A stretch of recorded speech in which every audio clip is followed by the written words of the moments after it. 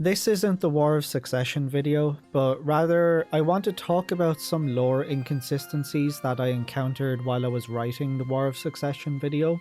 I discovered a number of issues, contradictions, and conflictions in information surrounding the events of the war, issues with the timeline of events of the war, issues that make most of the events of the war impossible to have occurred. And this has thrown the whole thing off and made me start rewriting the entire video. So I have questions surrounding those contradictions that I'd like to discuss with all of you, as I'd really like to hear all of your opinions on them before I continue writing the video. So this video is going to be a casual chat about those lore problems, because I want your opinions on them so that we can decide together how to progress past this roadblock. I have this map up for a reason, by the way, and it's an important reason. It's probably going to be the only image on screen for the whole video, and you'll see why, because I will be doodling on the map. So, older and more commonly known information about characters and events that are on the Suikoden wiki, Suikosource, Suikox, and other Suikoden fan sites conflict with information from the Genzopedia and some of the short stories from the Genzo Suikoden Short Story Collection, volume number 1 and 2. For example, Suikosource, Suikox, and the Suikoden wiki and other sources all state that Gremio was a soldier under Tio's command during the War of Succession, and that Tio saved his life in battle. Gremio would then retire from military service after the war, where he would become a servant in the MacDull household and raise Tio's son Tyr.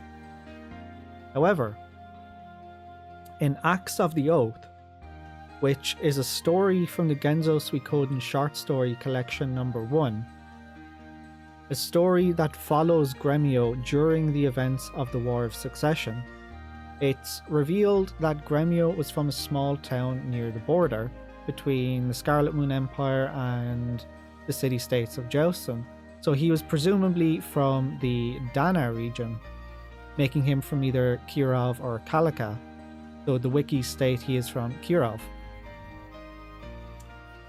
Now, in this story, it's revealed that during a Joustin raid on his hometown, when he was 9 years old, his parents were killed.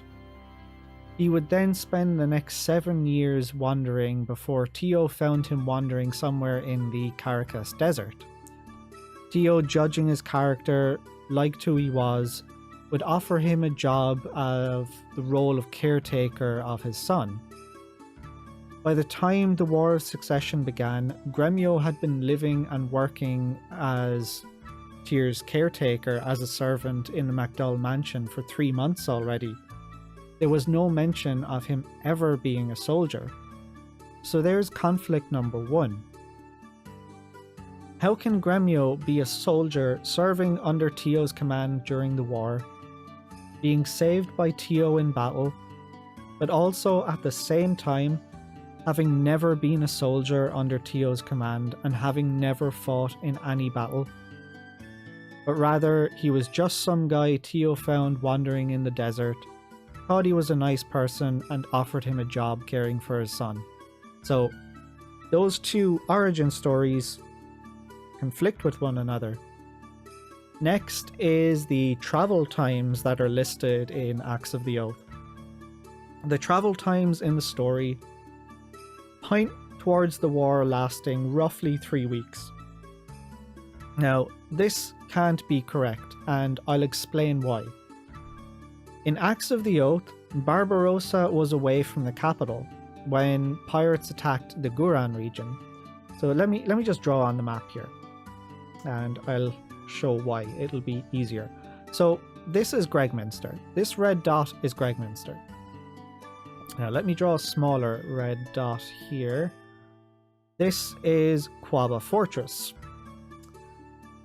Now, let me make that smaller. We'll go 10 and change it to black. So Barbarossa was away from the capital. He was all the way over here in the Kunan region. While Barbarossa was away, pirates attacked and cut his path off from home, from the capital. When Tio was informed about the pirate attack, he quickly assembled a force and rode out to meet the pirates. Now, he left the majority of his force behind in Gregminster, so this was a quickly assembled force to ride out and meet the pirates as fast as possible. This was a quickly assembled, rapid cavalry response force. It was stated in the story that it would take Tio 5 days with this force to reach Quaba Fortress from Gregminster. So 5 days travel time from Gregminster to Quaba. That 5 days travel time is very important to why the timeline doesn't work. So remember that 5 days. The moment Tio crossed Quaba Fortress, Gale's men made their move and locked the fortress down, cutting Barbarossa and his generals off from the capital region. Gremio, who was a servant in the MacDull household, was captured by Gale's forces pretty much immediately upon the conflict beginning. And when I say immediately, I mean the literal second this conflict begins. So the moment the conflict begins, Gale's men take over the capital, they break into the MacDull household, they abduct Tyr, they beat Gremio, and then force him to deliver a message to Tio. And that message is, meet us in 2 weeks at Quaba Fortress without the armor on your cavalry. Gremio is then beaten some more, he's tied up, bound, thrown in the back of a carriage and carted off to Quaba Fortress. Now, the final battle, the battle they're referencing at Quaba Fortress between Tio and Gale's forces is the final battle of the conflict. It's the final battle of the war. So according to Acts of the Oath, the final battle of the war takes place 3 weeks, roughly 3 weeks, after the conflict began. Now, as I said, according to the story, it took Tio 5 days to travel with a quickly assembled force designed for the sole purpose of riding to the Goran region as fast as possible. 5 days. So let's measure that distance, because that 5 days is very, very, very important. I mean, the force he assembled, because it was designed for the purpose of traveling as fast as possible to go and clear the path for Barbarossa, you would imagine you're looking at minimal retainers, so little to no camp followers, retainers, servants, nothing that would slow them down.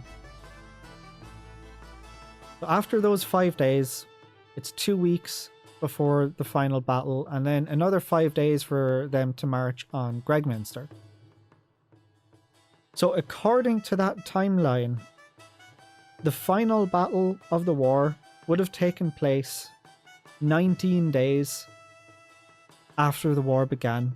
It would also make it the only battle that happened in the war. So 19 days and then 5 days to travel to the capital, bringing the length of the war to a little over three weeks, or 24 days to be specific. Now, this can't be correct, because other sources like the Suikoden wiki state that Gale Rugnar's forces gained the upper hand in the early portions of the war. They routed Barbarossa's forces, where they'd retreat and regroup in Panoyakuta Castle, and they would use Panoyakuta Castle as their headquarters.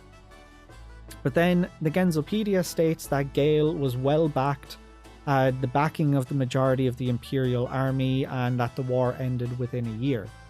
The contradiction is, how can the timeline of Acts of the Oath put the war at 24 days, while the war was meant to last just under a year. Gremio's page on the Genzopedia uses his origin from Axe of the Oath, but that information directly contradicts the timeline laid out on Gail Rugner's page about the war. Both cannot be true. Gremio's origin story in Axe of the Oath directly contradicts with the established timeline for the War of Succession. So that's contradiction number 2. Now, the reason I have this map up, like I said, it's to doodle, and I'm going to be doing that now. Axe of the Oath simply cannot be correct. So we know thanks to, well, it can't be correct regarding the timeline. Now we know thanks to Axe of the Oath that from Gregminster to Quaba is 5 days travel with Tio's cavalry moving as fast as possible. So let's draw a line between Gregminster and Quaba. So there's 5 days travel. Right? Let me just copy and paste that so it'll be... Oh no, I don't want that shit. Let me redraw that without...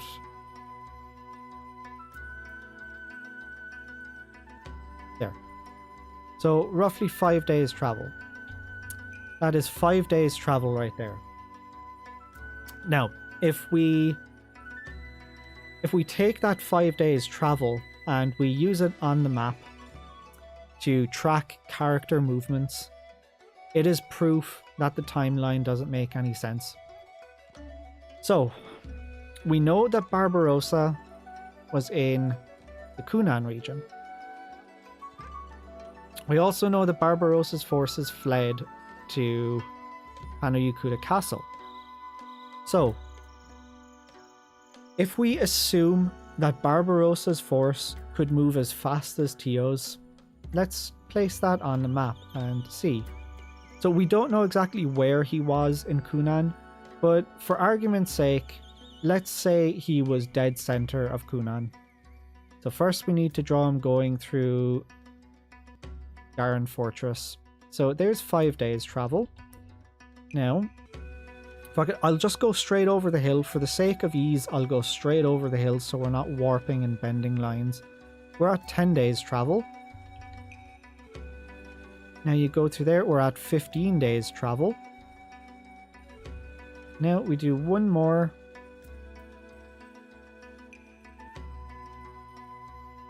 To Panoyukuta Castle. That is, what, 20 days travel? Well, it'd be a little around here. So you're looking at 19 days travel.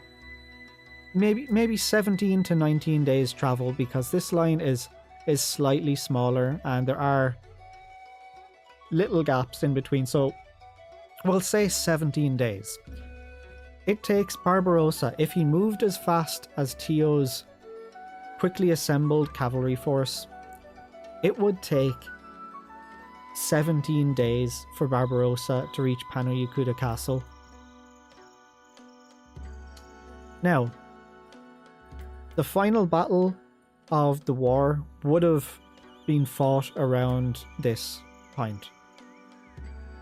So, if we take this same travel, we know the war ended when Barbarossa killed Gael in Gregminster. So if we take this measurement, so here we are, we're at 5, 10...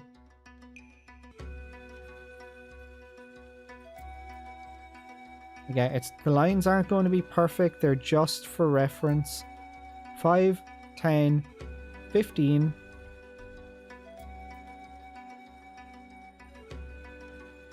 20.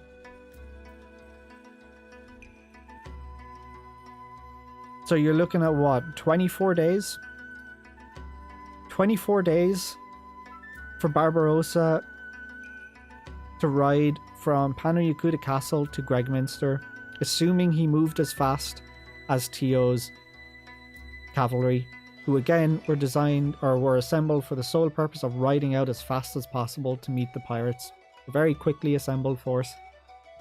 So that's 24 plus 17. What's that? 34, 41 days. 41 days it would take. And that's assuming Barbarossa done nothing throughout the entire war except flee from Kunan to Pano-Yakuta Castle, and the moment he arrives in Pano-Yakuta Castle, then rides to Gregminster. So that's 41 days. That is already nearly twice as long as the entire events of the war in Axe of the Oath.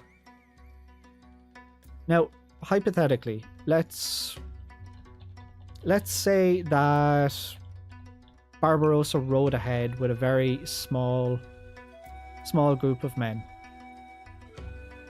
So he didn't move with his whole force. Let's just say he got a few loyal bodyguards and they rode ahead as a small group as fast as possible.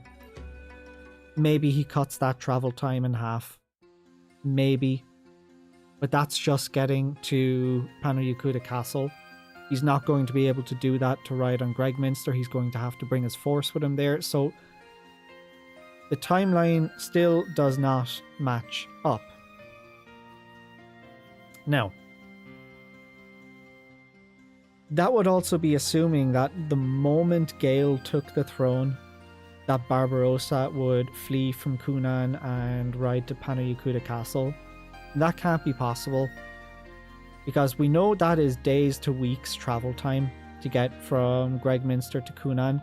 So once Gale takes the throne and word breaks out, it takes time for word to spread across the nation. So this travel time wouldn't have happened the literal instant the civil war started, because Barbarossa would be completely unaware of what was happening in the capital region until news reached him.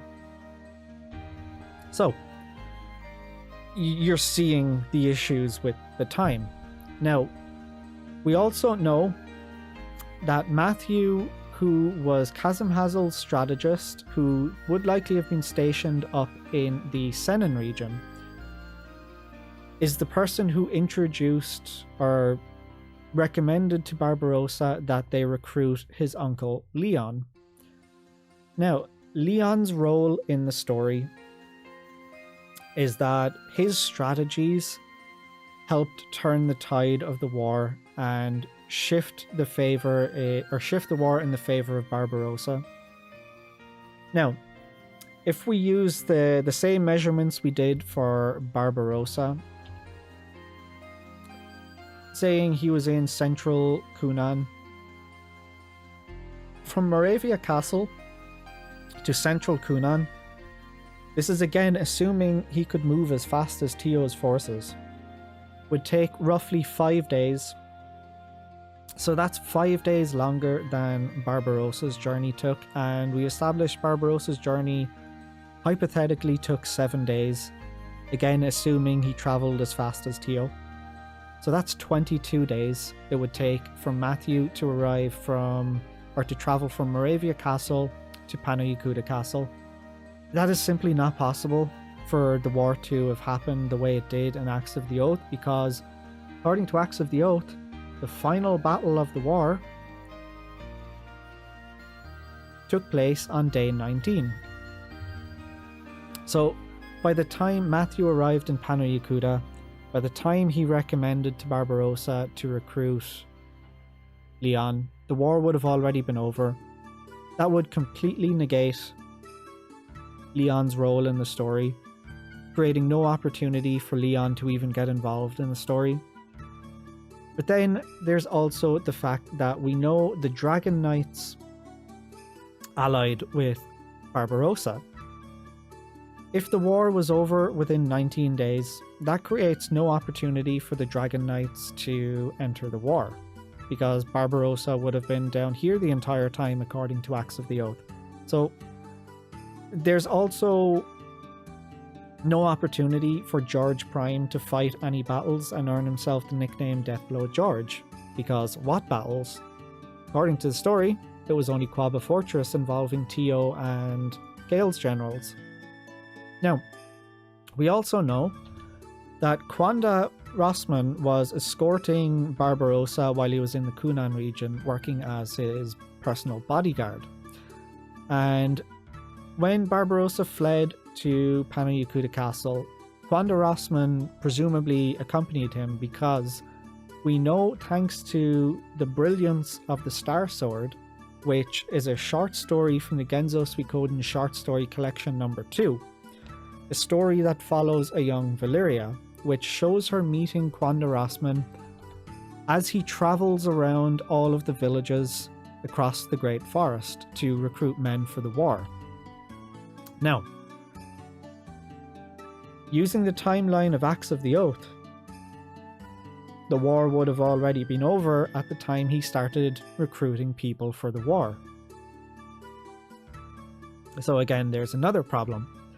And during this story, Valeria met Quanda, and Quanda talked about how Gale's men plunder and leave ruin everywhere they go. But according to Acts of the Oath, all of Gale's generals are in the Arliss region. Quaba has locked down all of Gale's generals and forces are in the Arliss region, which is the capital region. The information in Acts of the Oath and the brilliance of the Star Sword aren't even consistent with each other. Because how could Gale's forces leave plunder and ruin everywhere they go in the Empire if they're restricted to the Arliss region? And then this contradicts other known information about the war, because Barbarossa's forces were said to have suffered early defeats. With Gale having control of the Imperial Army, Barbarossa's forces suffered early defeats and were routed, and that's what caused them to flee to Pano Yakuda. So the information is simply not consistent. Then, there's also the invasion of the Joustin army, which happened following the war, which it happened the next year, which was a few months after the War of Succession. When the Imperial army was weakened, the Joustin army saw an opportunity and invaded. So, why would the entire Empire and all of its citizens be tired of war, with an anti-war sentiment spreading throughout the entire Empire, if the previous war, according to Acts of the Oath, only lasted a few weeks and only really affected the capital region of the Empire? And the final battle at Quaba Fortress consisted of less than 5,000 soldiers, which is only a fraction of the Imperial army size. And even if we factor in events that happened in the capital at the beginning of the war, you're looking at maybe a few thousand casualties there, and then a few thousand casualties here, leaving more or less the rest of the Empire unscathed. So it doesn't really make sense. The information is not consistent within the short stories.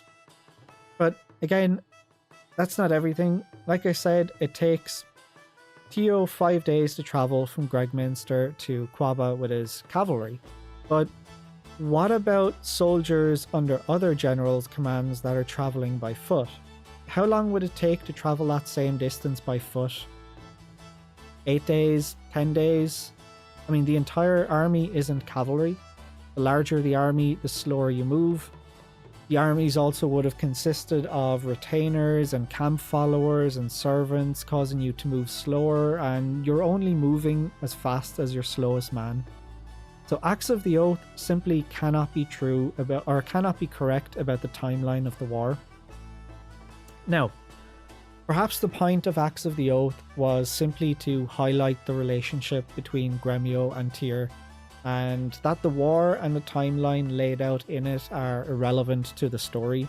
But Gremio's role in the beginning of the story is a direct contradiction to everything else we know about the war. So the reason for this video is because I want to ask you all some questions.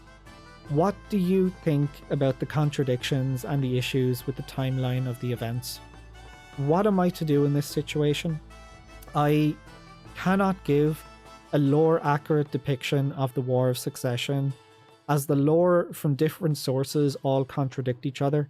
Is this a case of tiered canon, where we're not supposed to take the events of these short stories so literally, and they don't take precedence over information from the games and encyclopedias?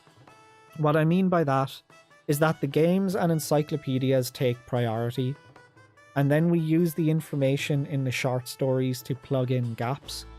And if anything in the short stories contradicts the games or the encyclopedias, then we ignore those parts of the short stories.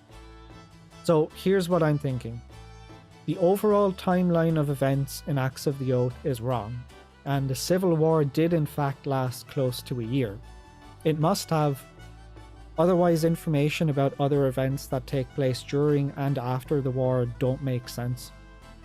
So, the majority of events that happened in Acts of the Oath did happen. Tyr's abduction, the Battle of Quaba Fortress, Gremio rescuing Tyr, it all happened, but Gremio's origin is partially incorrect. He must have been a soldier under Tio's command during the war. Gremio's origin story in Acts of the Oath is a contradiction to established lore. Gremio cannot be both a soldier fighting under Tio's command during the war and becoming a servant after the war had ended, while also never having been a soldier, but was instead already a servant taking care of Tyr in the capital.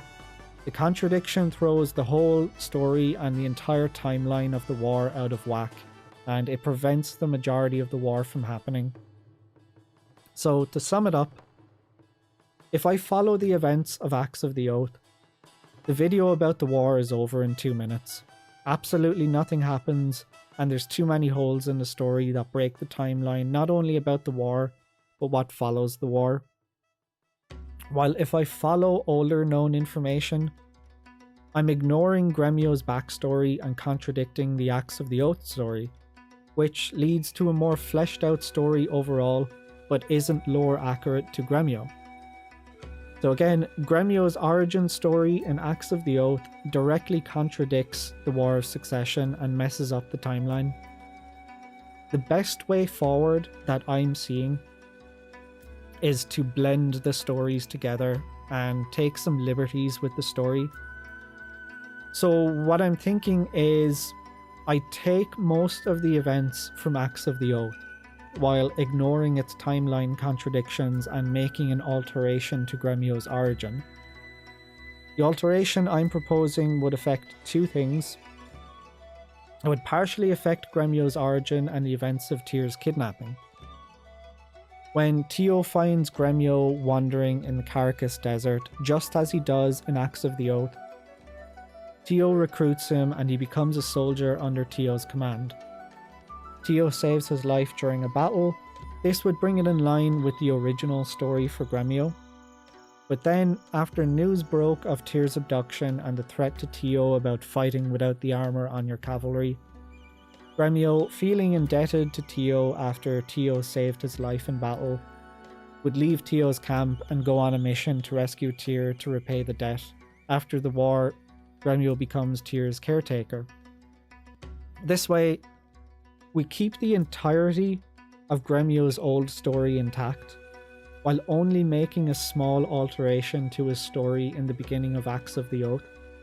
And it keeps Tyr's abduction intact, making the threat to Tio a last desperate scheme of Gale's forces to gain an upper hand before the final battle. And it would also put the events in line with the timing of the final battle from what we previously knew about the war.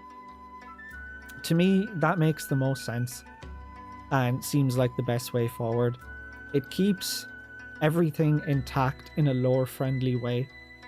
But I want to know what your opinion is on it. What do you all think? Would you be okay with that? Or do you have a better suggestion for what I should do with this contradictory mess of information? Because I would love to know your opinions on it. Do you want me to ignore the events of Acts of the Oath? Do you want me to go strictly with what we knew previously? Or do you want me to do what I just suggested and take some minor liberties and blend the events of both together, which may not be entirely 100% lore accurate, but would probably make for a more entertaining story? But let me know what you guys think. Anyway, thanks for listening to my rant. Thanks for watching this, good God, nearly 30-minute video. I thought this would be a quick 10-minute, here's the problems with the lore. No, 30 minutes. There it is. Again, let me know what you think. Thanks for listening to me blabber on for this long, and don't worry, the video about the true runes should be out this weekend. So thanks for watching, guys, and I'll catch you on the next one.